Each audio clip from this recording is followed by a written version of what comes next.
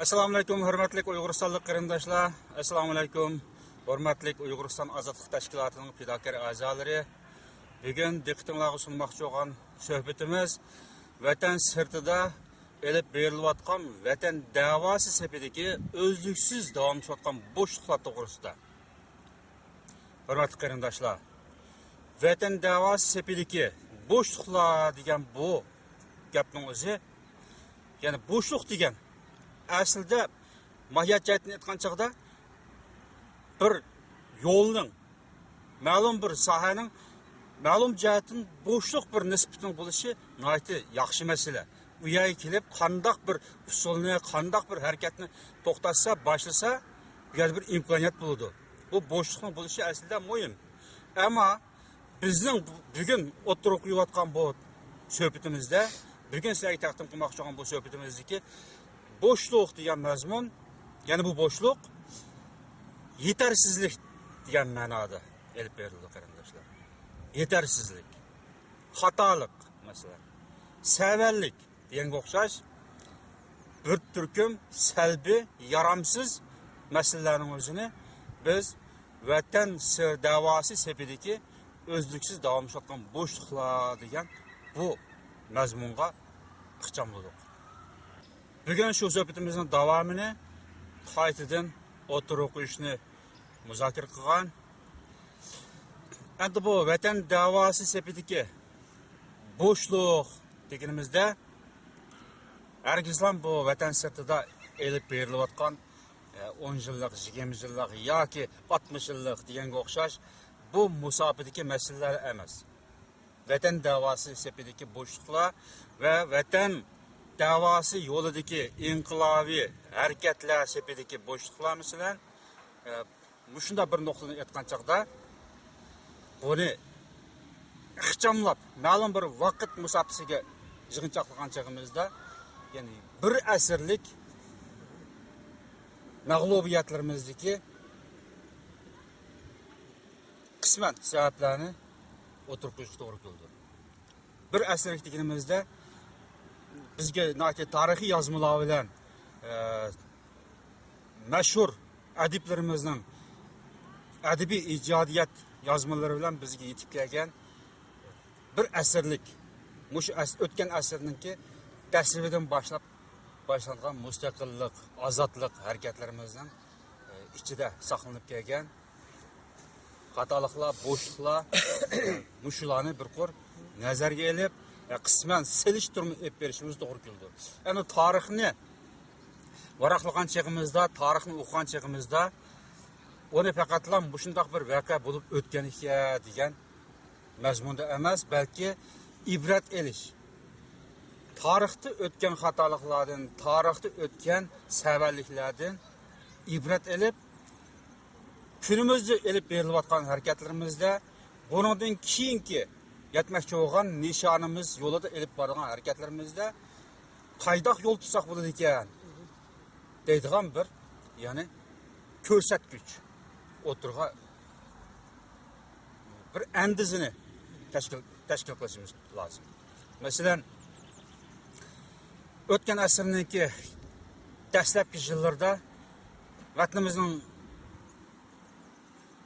har qaysi bo'limlarda keng ko'lamli qo'zg'olonlar bo'lgan. Masalan, Xitoy zulmiga qarshi cho'ng kichik bo'lsin, nurg'un qo'zg'olonlar bo'lgan. Buning gavdalik g'alabaga erishgan ma'lum jihatdan hokimiyat qurolgan bir qancha qatimliq harakat bo'lgan.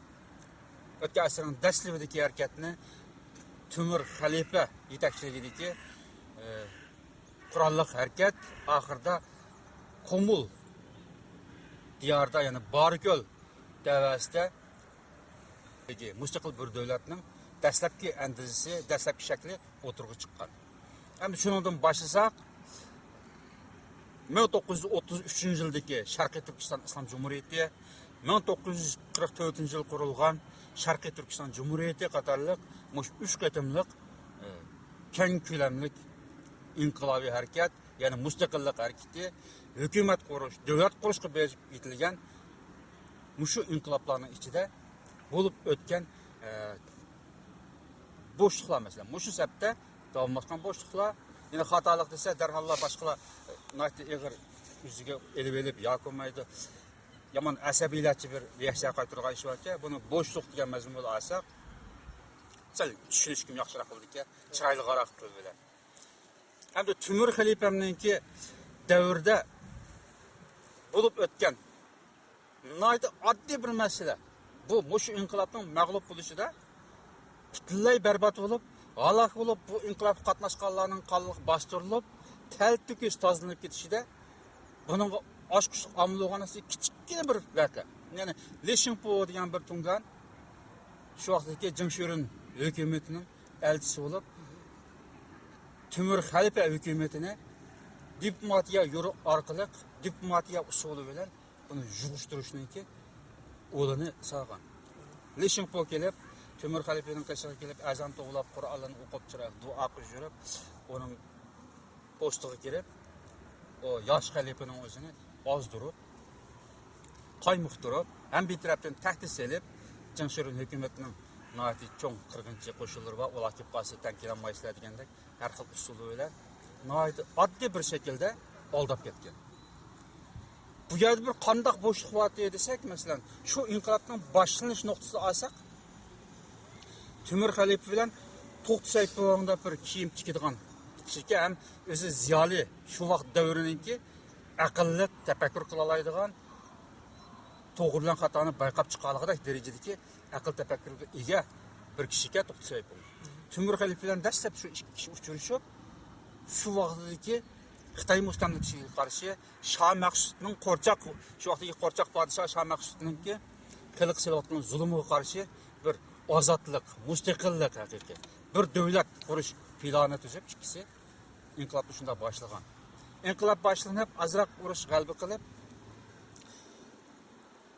dastlabki yine xalifalik shaklda bir hukumatni tashkillab, bu hukumatga Tümür xalifa rahbar bo'lib qolgandan keyin To'xti Saypovning o'zi Asad qo'zg'alib Tümür xalifaga qarshi suiqasd qildi. Urushga ketib, oldingi safda urushga ketib, o'qyoni düşmanga atmay Tümür xalifaga atdi. 2 qatim suiqasd qildi. Bir qatimlik o'q Tümür xalifaning ko'ziga takkilib tashlab qoldi edi. Chirpab o'tib ketgandan keyin To'xti Saypovni azroq jazolab, ogohlantirish qilib, oldingi safdagi urush vaziyatini chekindirib, oq safga olib xizinaga mashg'ul qilib qo'ydi. Mana bo'shliq degan shu. To'g'ri, endi biz shu misha kelganda men bir so'z qistirishni muvaffaq ko'ryapman. Oldi bilan assalomu alaykum, hurmatli Uyg'uristonlik vatandoshlar. Assalomu alaykum, Uyg'uriston azod tashkilotining fidokor qirin a'zolari. Xuddi yuqorida Abdurimjon so'zlab o'tgandek, shu hozirgacha ya'ni 100 yil burungi tarixdan ta bugungi kungacha bo'layotgan shu mustaqillik kurashlarimiz, ya'ni kurash jarayonida shakllanib qolgan, ya'ni dushman sinib kira oladigan bir bo'shliq to'g'risida mulohaza yurgizish uchun so'zni bir qadar burungi tarixdan boshladingiz. Albatta bu tarixdan boshlanishi intayin muvofiq deb qarayman, chunki tarixda o'tgan xatoliklar, o'tgan savalliklar asli bizdek mustamlikadan qutulish uchun kurash qilayotgan bir millat uchun bu savallik yana qaytadan takrorlanmasligi, o'tkazgan xatoliklar tuzatilib, uzluksiz natijaning qo'lga kelishi uchun harakat qilishimiz kerak edi. Intayin afsus, siz deyotgan shundaq tarixdagi inqilob safida shakllangan bo'shlar zamonimizda bugungi kunimizdami? Yani bugünkü gündeki mayli vatan içi, mayli vatan sirtidagi da'vo sepimizde olsun, bu çok boşluk var. Mesela biz aldığın qatimliq söhbetimiz degan, şu bugünkü kunda yani vatan sirtidagi vatan da'vo sepida dünya Uyg'ur qurultiyi o'zini vatan içi sirtidagi Uyg'ur da'vo tashkilotining birdan bir oliy organi deb e'lon qilgan bir da'vogar tashkilotninki 2004-yili qurilish harfisida şu o'zininki siyosiy hayotini da'voga berishilgan bir qism peshqadam siyosiy yo'llarimizning, ziyolilarimizning da'vo sepidan chekintirilib, bu yerda qurultaydan iborat bir yangi hukmning o'tirib chiqib, bu yerda ashula yo'q bir bo'shliq shakllantirilib, bu bo'shliqdan ta hozirgacha nurg'ulg'an xatoliklar, nurg'ulg'an savalliklar yutyapti. aldım katımı degan biz mesela ama şu aldığımız aprel aylarında qurultayning qurilg'ini to'g'ri 10 yillik qoldi. Ama şu 10 yillik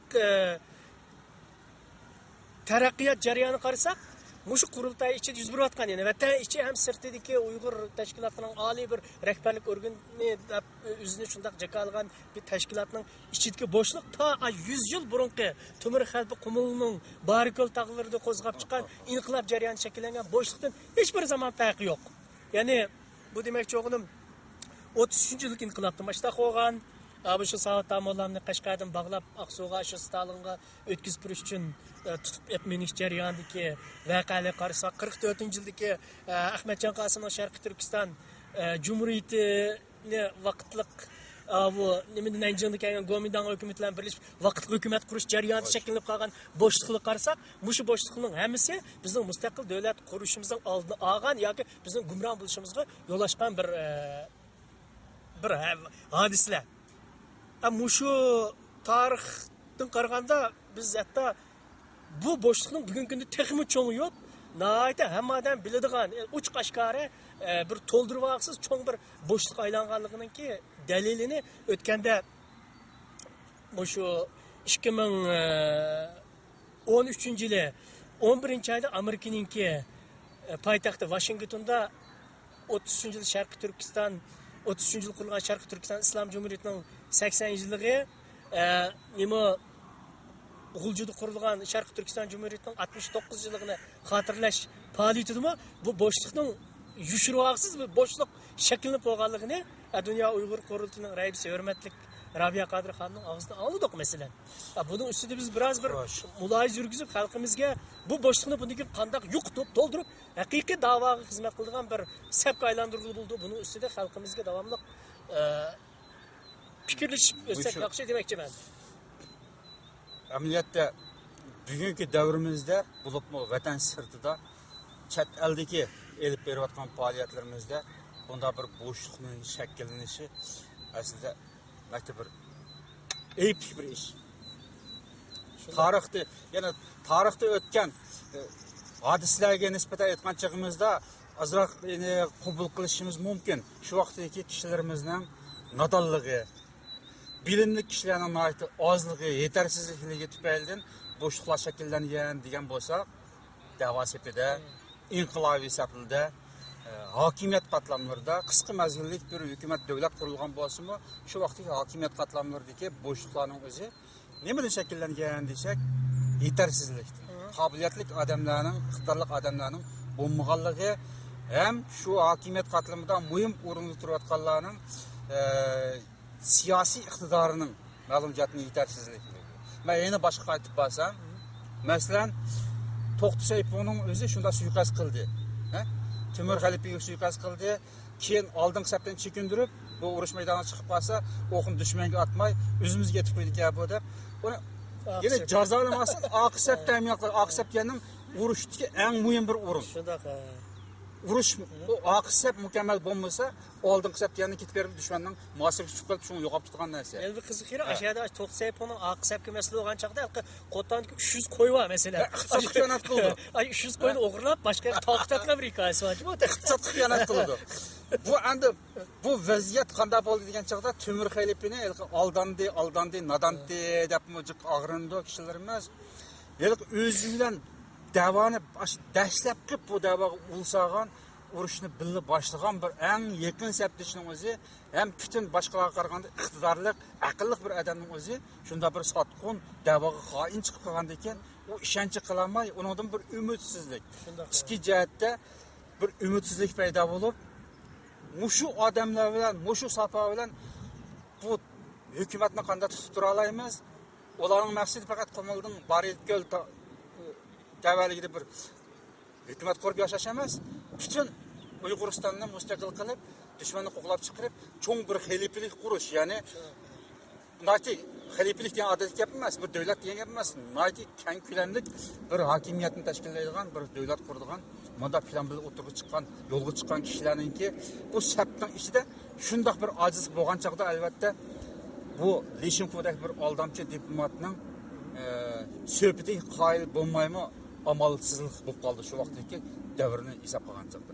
Endi ondan keyingi o'tdi masalan 33-yildagi qisqa vaqtlik mustaqillik jumhuriyatining inqilobiy hisoblarida shunda ojizlik bo'lgan, hokimiyat qatlamidimi shunchalik ojizliklar bo'lgan. Yana bir xoinning o'zi kelib, voy Oqsuv tarafdan kelayotgan mush tugunganlarning lakmilgan qo'shini tarafdan bostirib kelyotdi degan bir xabarni ko'tarib kelsa, bu vaqtdagi hukumatningki rahbarlari davlat armiyalarini elib bir qismi yakan Yangisaga, bir qismi Qirg'iziston tarafga chekinib shu vaqtda shaharni bo'sh tashlab yurdi masalan. Ya'ni shunchalik bir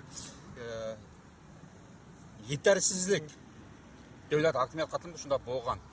44-yilda shunday bo'ldi. Ichki jihat, ya'ni Abdukarim Abbosovga o'xshash Xitoy Kommunistik partiyasining bir sodiq a'zosi shu davlat qurilgan chog'da davlatning ichida davlat kabinetida xizmat qilayotgan harbiy ishlar davlat mudofaa ministrligining muhim bir xodimi turib, o'zi shu vazifa bilan turib Xitoy Kommunistik partiyasiga jasuslik qilayotgan bir odamni ishga qatim paketlar tutilib qolgan chog'dami shuningga tadbir qo'llanmay qisqacha ogohlantirish berib, yana doim xizmatga saqlanganning o'zimi shu vaqtdagi hokimiyat qatlamida shakllangan, yana davom etayotgan eng ig'ir bir bo'shliqning xatolikniki paketimi shu.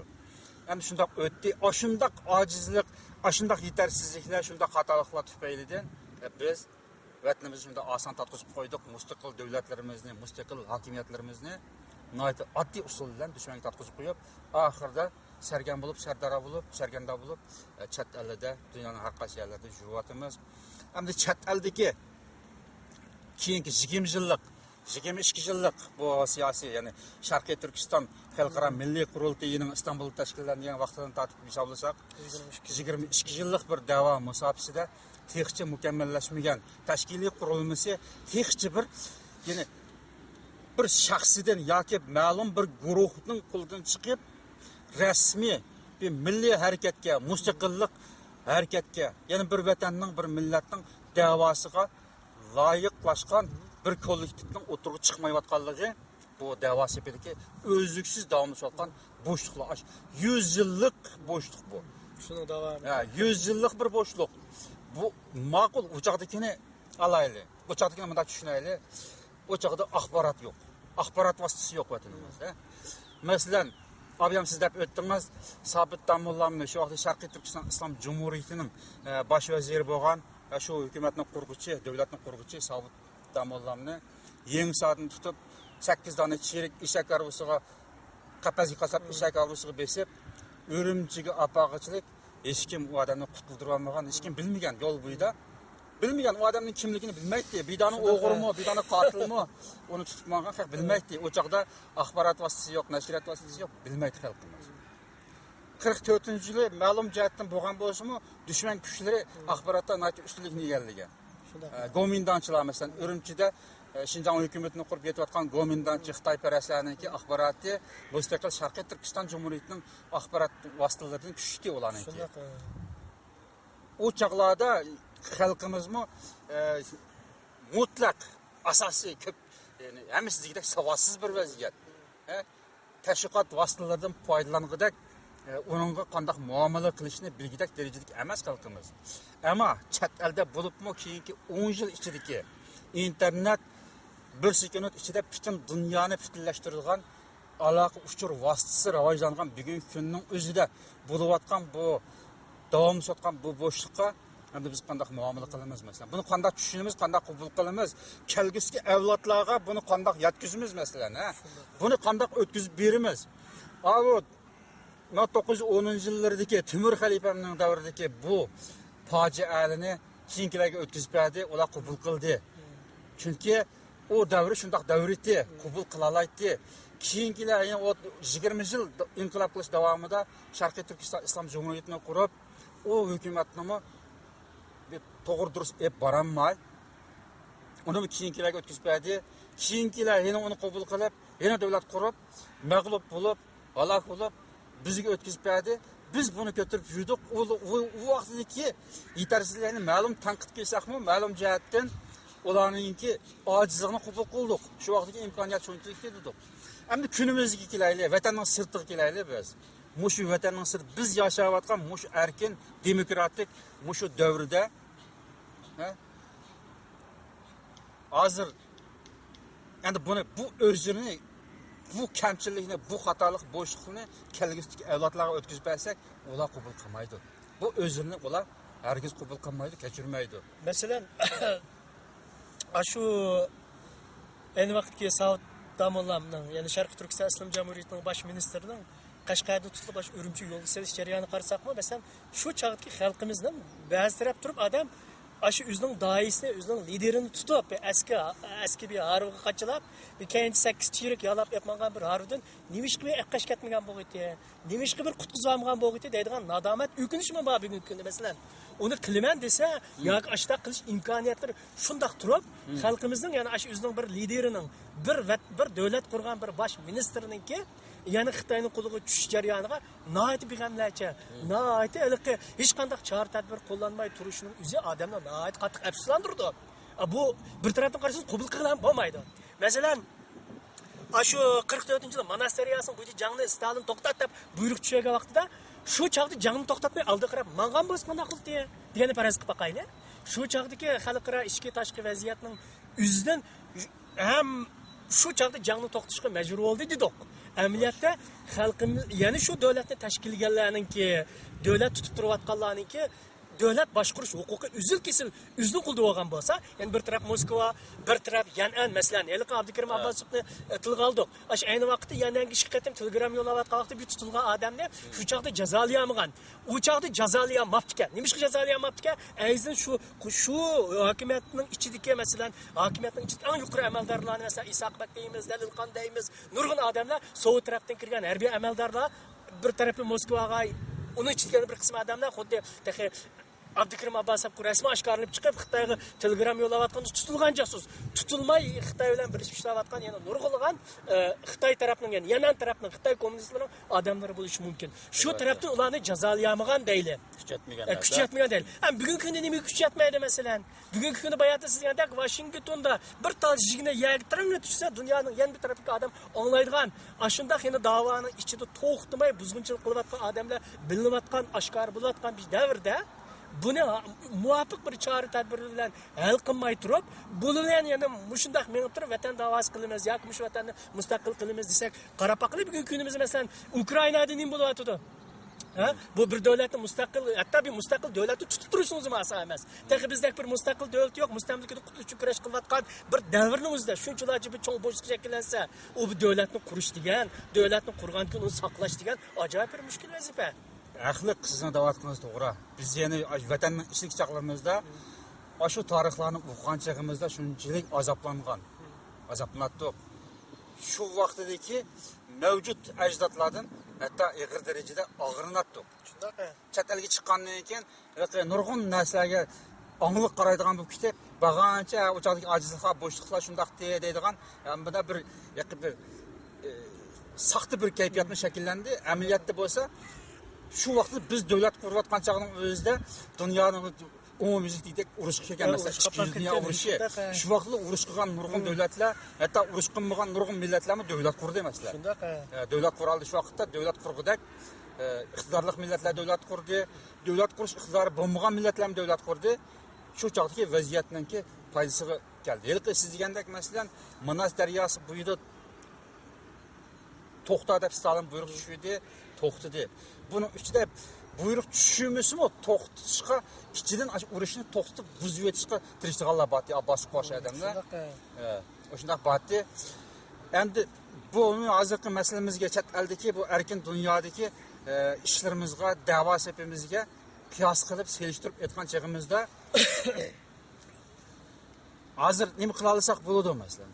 Bekim eslamaydi bu o'zimizningki agar mushu vatan da'vosi degan mushu harakatni tashkillayotgan mushu harakatninki ichki qismlarida yoshirin bir holda boshqa bir yerdan bir kuchli bir davlatlardan, xuddi o'z vaqtidagi 44-yilda Stalin yo'l yo'riq berib, ashta boshqarayotganga o'xshash, bugungi kundami bu da'vo sepimizda yoshirin bir qo'l bilan kuchli bir davlat buni idora qilayotmaganlar bo'lsa, buni albatta hal qila oladigan masala. Shundoq. Nima hal qila olmaymiz masalan? Buni albatta hal qila olamiz. Endi bu düşmanlar degandan keyin yana düşmanga ishlaydigan da'vo sepidiki shundoq yushurun holda düşmanga ishlaydigan jasus, xoin, ikkiyuzlamchi bundaq odamlarning o'zi herkes odullu sepdan kirib bilan bu yerga kirib bilan undaq buzib qalayimqon qilib atamaydi. Abdukarim Abbasovni misolga oldik. Bu odamimiz qanday odamki? Shu Sharqiy Turkiston 44-yillik Sharqiy Turkiston Cumhuriyetining qurilish inqilobining ulini sağan kishi. Masalan, Nilqida qurolli harakatni boshlagan shu vaqtdagi bir tashkilotni qurib, qurolli harakat qilgan bir tashkilotni qurib, 15 nafar o'zining yaqin tunishlar bilan qurolli harakat qilib, Nilqi nahiyaning saqchi idorasiga hujum qilib, inqilobni shunda boshlagan bir odam. O inqilob qilgan bo'lsa, uning inqilob qilish g'oyasi butunlay Xitoy Kommunistik Partiyasiningki g'alabasi uchun qilgan o inqilobni. O hargiz Uyg'ur davlatining, Sharqiy Turkiston bir davlatining mustaqil bo'lib qolishini orzu qilib emas. U atrofdan Xitoy Kommunistik Partiyasi inqilob qildi, moyoqdan Abdukarim Abbasov, ya'ni yushurun 11 kommunist, masalan 15 yosh, 12 yosh chog'ida kommunistga kirgan narsa o. Kommunistning tarbiyasini olib, rasmiy Xitoy Kommunistik Partiyasining Uyg'urlar ichiga qilib qo'ygan qo'zig'i. Yani bunu xalqimiz bilmaydi. Şu vaqt Abdukarim Abbasov jasus desa, xalqimiz uni qabul qilmaydi. Qurolliq harakat qilgan, o'zini jinni fido qilib turib, yosh bir qahramonning o'zi Xitoyning istiqomiga, Xitoyning saqchixonasiga qurolliq hujum boshlagan bir odamning o'zi qanday qilib xoin bo'ldi deb, shu chaqda davrdagi odamlar, sirtdagi odamlar buni qabul qilmaydi. Herkes uni e'tirof qilmaydi, tuhmat deb qaraydi. Shuning o'xshash bugungi kundami da'vo sepimizning ichida shunday odamlar bo'lishi mumkin. Balkim rahbarlarning o'zi bundaq bir satqullikni bilganlarning o'zimi mushu odamning yo mushu odamlarning ustidan biz mushu Xitoyga ishlayotgan bu yoki da'voga qarshi odamlarga da'vo sepida da'voning bayrog'ini egiz ko'tarib menib turib, bu mustaqillik da'vosiga qarshi odamlarga deb o'tirib qo'ysak, xalq qanday qarama, mashina xalqimiz qabul qila olami degdek darajadagi bir fidokor odamlar bo'lishi mumkin. Şu vaqtda mesela 44-yili Sharqiy Turkiston mustaqil jumhuriyatining ichida Xitoy Kommunistik Partiyasiga 2 qatim telegram yo'llagan bir josusning o'zini faqat qo'l so'ngsi yang ichida bejarlar, yang ichida hal qilgan shuni. Ogohlantirib berib, uni o'tirib ochiqib jamiyatga bildirolmagan. Jamiyatga bildirsa, qanday qaraydi hukumatga, o davlatga qanday qaraydi? Mushu Nilqidan urushni boshlab, mushu inqilobning, mushu mustaqil davlatning yo'lini qurgan bir odamning o'zini, mushunda bir bayroqdor, bir fidokor qahramonning o'zini xoin deb atadiganlar deb boshqa ishlabdi shu vaqtda. Balkim ishonmasdi. Shundan ehtiyot qilib bo'lsa-mu, qo'l sunsa yang ichida qolsin deb bejarlar shuni jazolamagan bo'lg'iydi. Ammo bugungi kunda aynan o andizini bugun bu yerga ko'tarishak bo'lmaydi. 44-yildagi bu jumhuriyatning ichida o'tgan bunda xatolik, bunda bo'shliqqa yo'l qo'yib, bu fojialik tarixni bizga o'tkazib berdi. 60 yil bu fojia davomlashib kelyapti. Bundan keyingi avlodlarga o'tkazbagidek, bu fojiani topshirib og'ida qubuqidek avlod qolmaydi. U vaqtda vatan, davlat, millat degidek bir arzu qilib bir narsa qolmaydi. O'ng'uchilik bu millat tasab turolmaydi. Yana 50 yil, 60 yildan keyin buning ichidagi josuslar, xoinlarning tizimligi oshkorlanib, rasm bilan o'tirib chiqqani bilan u millatga foydasiz, da'voga foydasiz bir omil. Onun hech qanday amiki yo'q bu narsa. Kunimizda hal qilish kerak. Mushu kunimizda hal qilib yetish kerak. Masalan, olsak, odam siz chirpitib deb o'tib ketdingiz. O'tgan yildagi yoki Washingtonda Amerikaning davlat saroyida Sharqiy Turkiston Jumhuriyatini xatlash faoliyati yapadi deb. Qani men dastlabda ko'rmagan o xabarlarni. Ko'rmagandan keyin bir qo'shni davlatda turadigan bir qarindashimiz bor, aytib angliq o'zini doim ziyoli deb, biz ziyolilar deb turgan qarindosh. Mushu do'stimizni telefon qilib shu vaqtda, telefon qilib, "Voy, mushu davlat majlisida o'tkazilgan mushu Sharqiy Turkiston Jumhuriyatining 80-yilligini xotirlash faoliyatini siz ko'rdingizmi?" dedi. Men vaqtimni ko'rmadim. Desam, "Ash bir qatim ko'ring" dedi. Nima alaydilik bo'lsa, bo'lib oxirgi qismini Aşı yığınның yepiniz qismida Rabiya Qadir xonimninki bir kichik bir nutqi bor. Shuni bo'lsin bir anglab qo'ying dedi. Men angladim, boshdan boshlab angladim vaqt chiqarib. Degandek o Rabiya Qadir xonim onamizninki qilgan so'z shu yig'inning yepilish nutqida so'zlagan so'zni men intayin echindim. Echilib, belki qarindishimizga telefon qildim men. Xo'sh. Telefon qilib, buni azroq muzokara qildik. Muzokara qilishib, men o chaqda Rabiya Qodir xonim onamizning ondaq bir so'zni oshkorlashi yo unda bir kayfiyatning ichki bir masalani oshkorlashini men qabul qila olmagan, muvofiq ko'rmagan.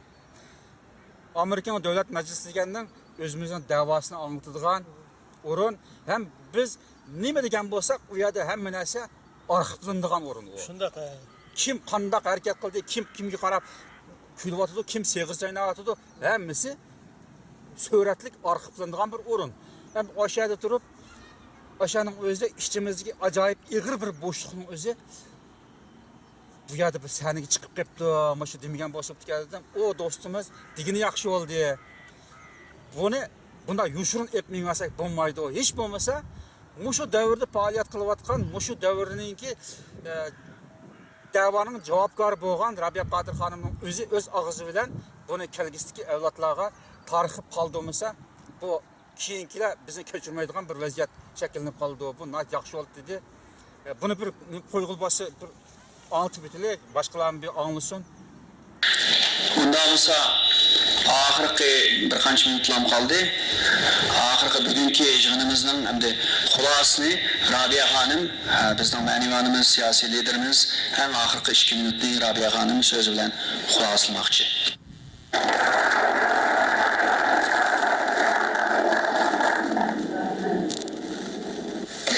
Rahmat ko'pchilik. Rahmat Xanis efendim, Yangelinin ve barlıq sözlükçiler, hammalarga rahmat.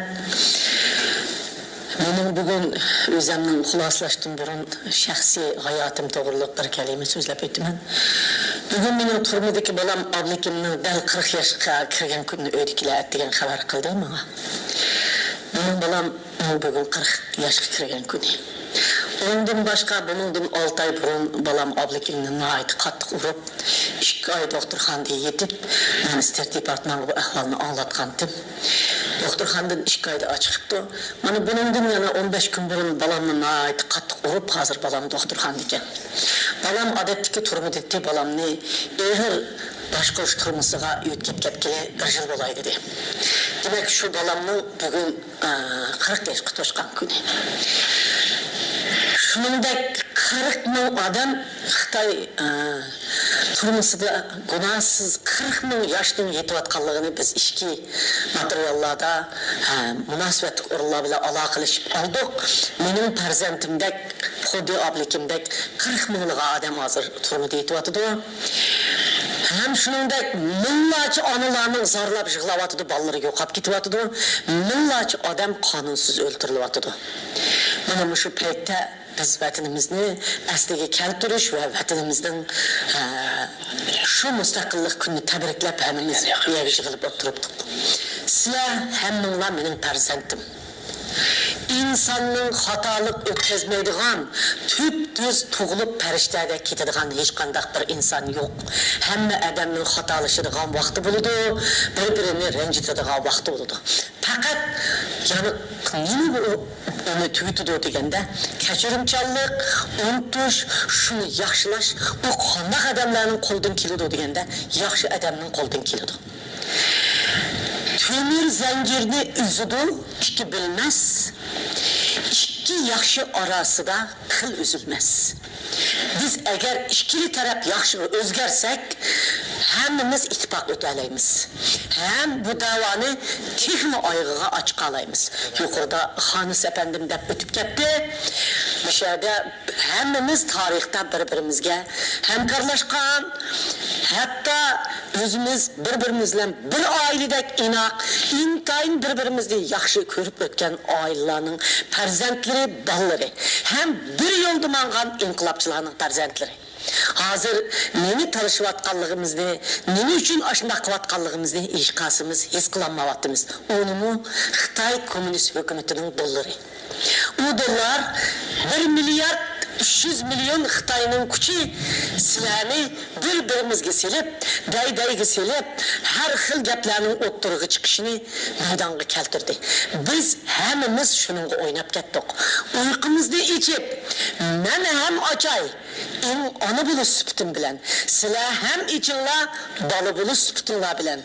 Muşu misafirçiliknin derdi bizge yetip işip getedi. Hemmimizden jürküde birbirimizde suyumuz, hemmimizden jürküde birbirimizni yaxşı görümüz. Tarihteki suyumlik vaxtlarımızda eslayımız şunu esligi kelişini, hatta vatandaki inat, vatandaki suyumlik, vatandaki birbirimizde kucaqlagan ailelerinin farzandları ve onunla aşı vaxtlarının esligi kelişini her bir adam yaxşı görüdü. Şunun için bu vatanını azat kılış için hanım Georgetown Mektebi'den kaptı. Bana vatandaki yaşlardan kandak ümitlengenligini, ulanın Xitayını kandak tonup ketkenligini. Biz chet eldikilerimi şundak tonup yetişimiz gerek. Ben bu ittifaklaşış diyen şuarını birinci kılıp bulup bu Hanıs Efendim'nin, Erkin Efendim'nin, muş ottağın farzandlarımızın hemmisinin közüde, kalbide şundak bir günni arzu kılıdığanlığını düşünmem, hem memnun arzu kılmam. Şu bugünkü devletimizin müstakillığının hürmeti bilen hemmimiz bir şeyden çıkıp birbirimizde geçirip kayıt ittifaklıkını esliği keltirişinlerini devletimizde kandak esliği keltirgen bolsak ben bu şuarını birine çıkıtım diyen bolsam mı belki üzemli orun diyenmağın buluşum mümkün. Karındaşlar, ben aşı bedelini tölügünümge pişman kağa vaxtlarım oldu. Karındaşlar, ben sizlerge anı bulup ve davaga lider bulup çıkkınımga çekinişini arzu kılan neymiş ki şu ballarımın turmucu yetişigi sebepçi boğandım ha. Şunçila iktisadımını, milyar pullarımını neymiş ki veyran kılandım ha. Şu ballarım bilen Şarkı Türkistan'ın yerimini setivalar idim bu kemge. Ben aşağıda durup halkımga yardım kısam bulmaz mı dedigen düşman kılıdığan saatlerge silahımı ekvettinler. Silahımı şundak saatlerge belki benim bazen karakterim ekvetken buluşum mümkün. Aldınlarda tövnamı okuvatkınım yok. Ben vatanımın azatlığı üç... Hoş. Evvel şu. Evvel şunçilik. Ben şunu anlayan çağımda eliki dostumuzga kayıt telefon kılıp azak münazirleştik bu doğruluk. O zaten doğru oldu dedim. Ben bu yaxşı olmaydı dedim. Yani bu Rabia Kadir Hanım anımızın özün şahsi namı emas. Bir milletinin, bir davanın, bir vatanın vekili. Amerika Devlet Meclisi olsa ikinci bir taraf yardım kılınışını vatkan. Yani Uygur davasıga malum cihetin fırsat tayarlap bir taraf. Bulanın hazırlap bergen meydanı da bu kadar içki boşluğunun özü oturup çıkışı yaxşı bolmaydı dedim. Bu herkes Amerika el qıp berdiğan narsa emas. Amerika Devlet Meclisi içimizdeki bu boşluğunu bilip ular el qıp berdiğan mesele emas. Bunu aldılar özümüz el qıldiğan mesele. Özümüz el qılamay turib bu meseleni xalqaro sonuğa kötüp açıqsaq biz tıxımı yaman orunga tushishimiz. Çünkü bizga yordam qildiganlar albatta o'ylaydi, bularning ichida eg'ibelak turgan, o'zi bilan o'zi kelisholmayotgan, ha?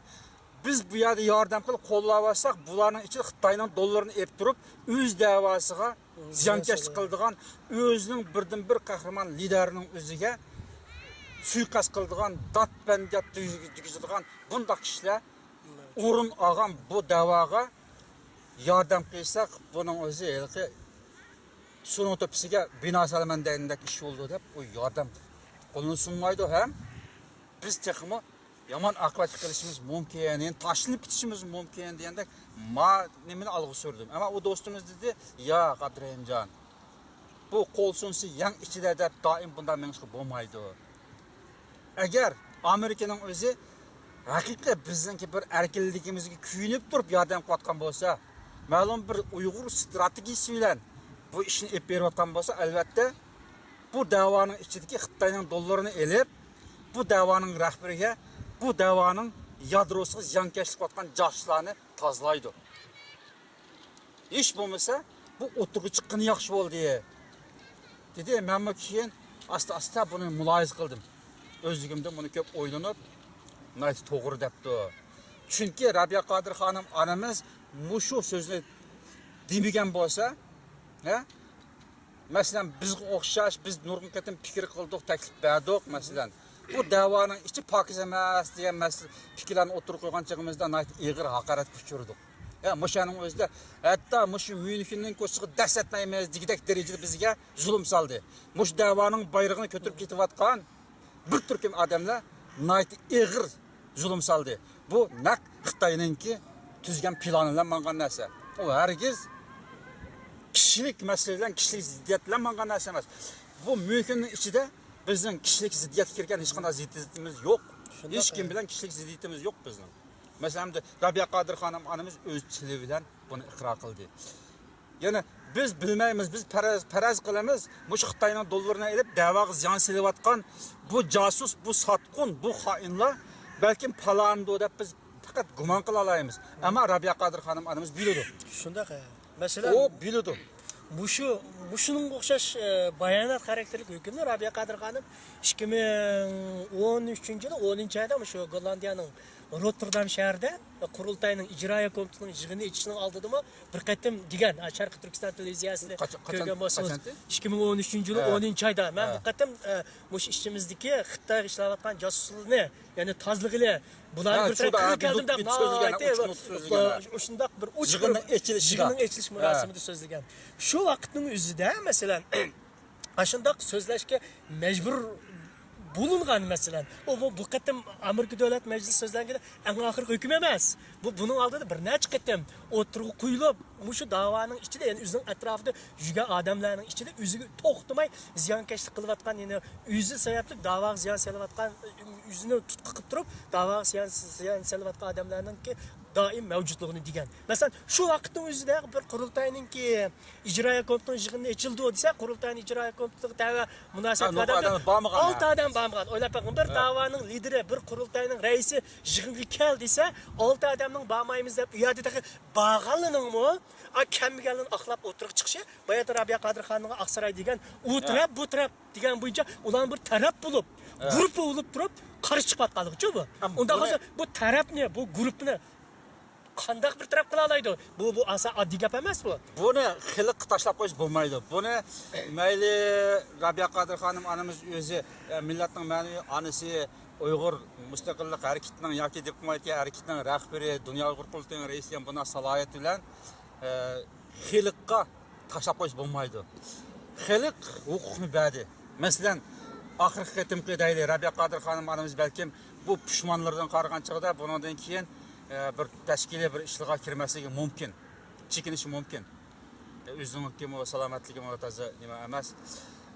Bunda qistalib versa, bunda qiligi qatmal bir saxta bir yushirilgan bir harakatning o'zini ko'tarib men yurishim o'zimi loyiq bir ish emas. Yaponiyada chaqirilgan qurultaydagi ashadagi shu vaqtda Rabia Qadir xonimni chekindirish, vazifasini ep tashlash nurg'un planlar bilan o'tirib chiqqan. Tayyorlik qilgan bo'lar. Kimda bo'lsin, shunda bir tayyorlik bilan mangan bo'lar. Ammo ashada yani vekillarning asosliq, yani 100% bo'lmasa 99% ovoz berdi xonim qaytadi. Buning o'zi faqat bizga reis o'tashida bir xiyonat, vakolat, huquq, xalqning bergan huquqi. Shu huquqni ishiltish kerak. Bunda xalqi o'jig'indi deb, bujig'indi deb aramızda Xitoy dollarini olib bunday ziyon selayotganlar bor deb qo'yish bilan ish hal bo'lmaydi. Shunaqa shu so'gbitidim debdi, u taraf deb masalan. Ash keyin Myunxenga alaydi keldi. Ash taraf bilan bir munosabatni yaxshilab qurultayning yig'inining davomini o'tkazish uchun qanday bo'ldi?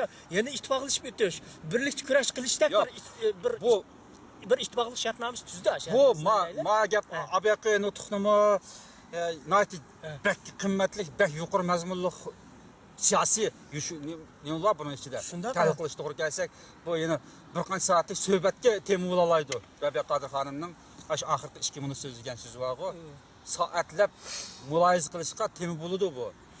Endi Xitoy Kommunistik partiyasi, Komintern partiyasi Yapon qarshi birlashib urush qilgan, Poloniyadan Pistani ittifoqlashib urush qilgan, o boshqa gap. Bayroqni uchiq oshkori ko'tarib chiqib, ikki taraf bo'lib turib, bir-biriga qarshi urush qilganlar tashqi dushmanga qarshi birlashib yana urush qila oladi. Ammo da'vo sepining ichiga yushirinayotgan bir Xitoyning dollarini elib ziyon selayotgan bunda josuslarning o'zi bilan ittifoqlash qilolmaydi. Bu siyosiy emas. Bu siyosiy harakat emas. İjtimoiy axloq boshqa.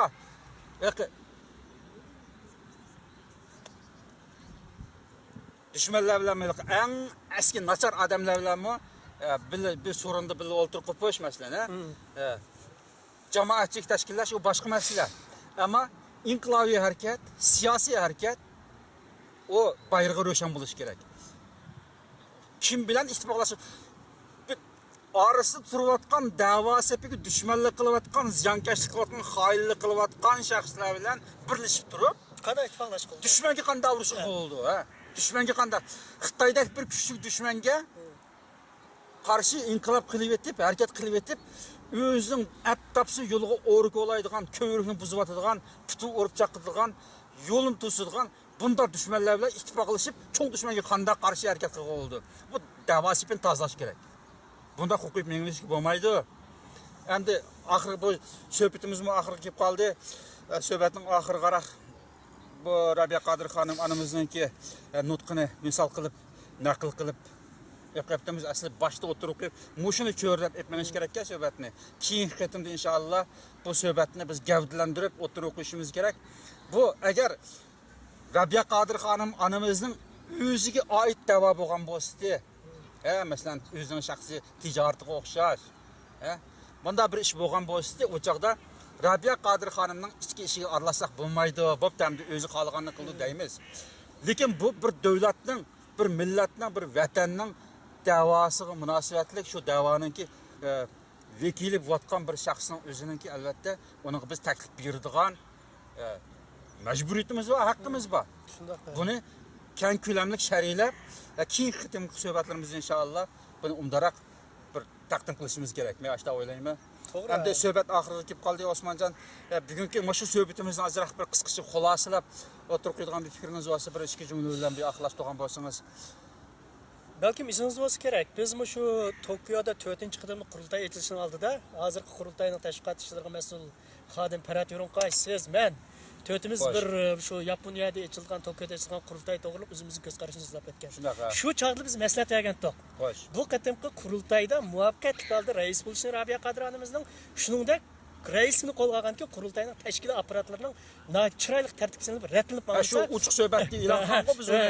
Bu chog'da bu da'voninki patqanligini uningdan ilgirki shu Rabiya Qodir xonim xuddi hozir Aqsaroyda degandek, yana boshqa joylarda qurultayning ichida uya-buyada bo'layotgan ishlarni biz davomli yana atrofga odamni ko'rib turishqa buning muvaffaqiyatli bo'lmaydiganligini, tashkilot apparatini yaxshi tartibchamsa muvaffaqiyat bo'lmaydiganligini alohida eskartgandir.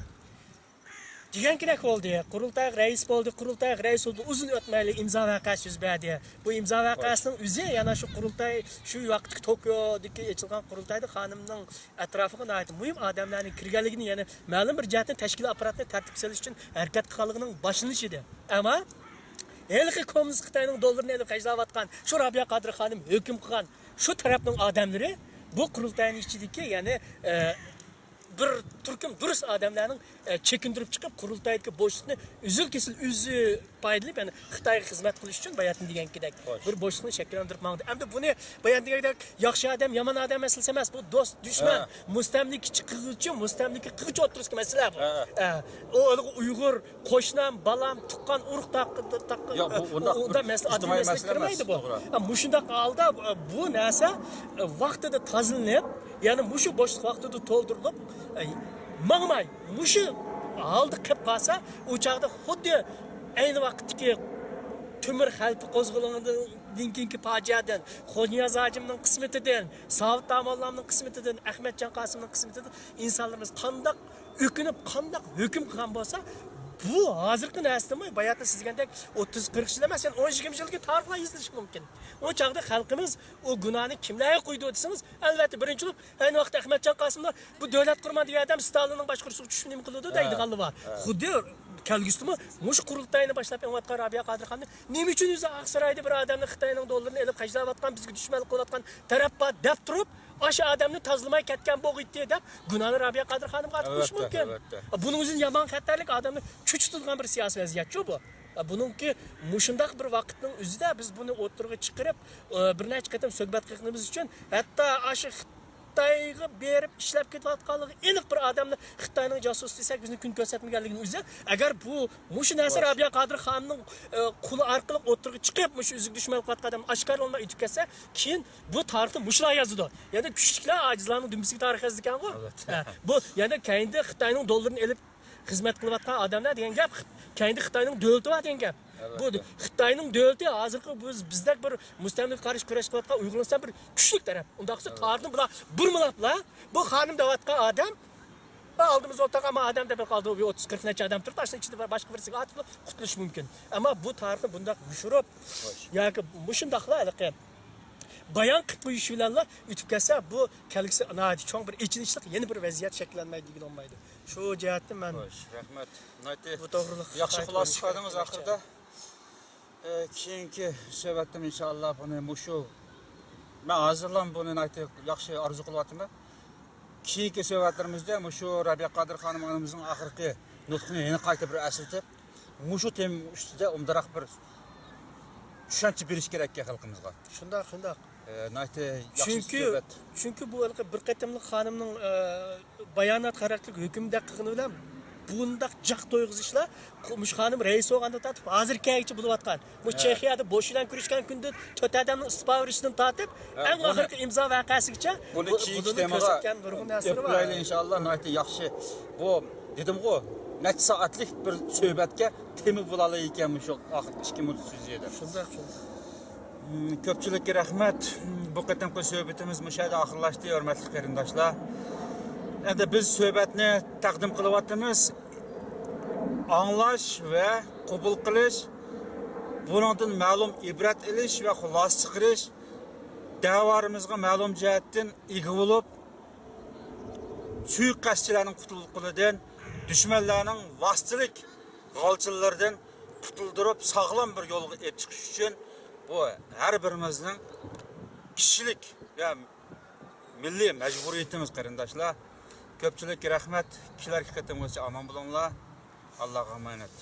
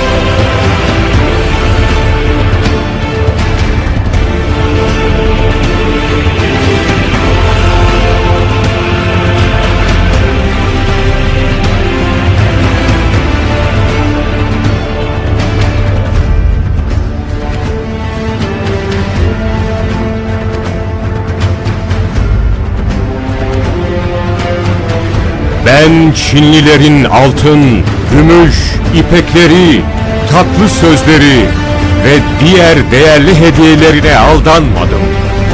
Biz birçok Türklerin onlara aldanıp yok olup gittiklerini ve kulluğa maruz kaldıklarını hiç unutmadık. Ben Allah'ın yardımına sığındım ve ben Türklerin Hakan'ı Bilge Hakan.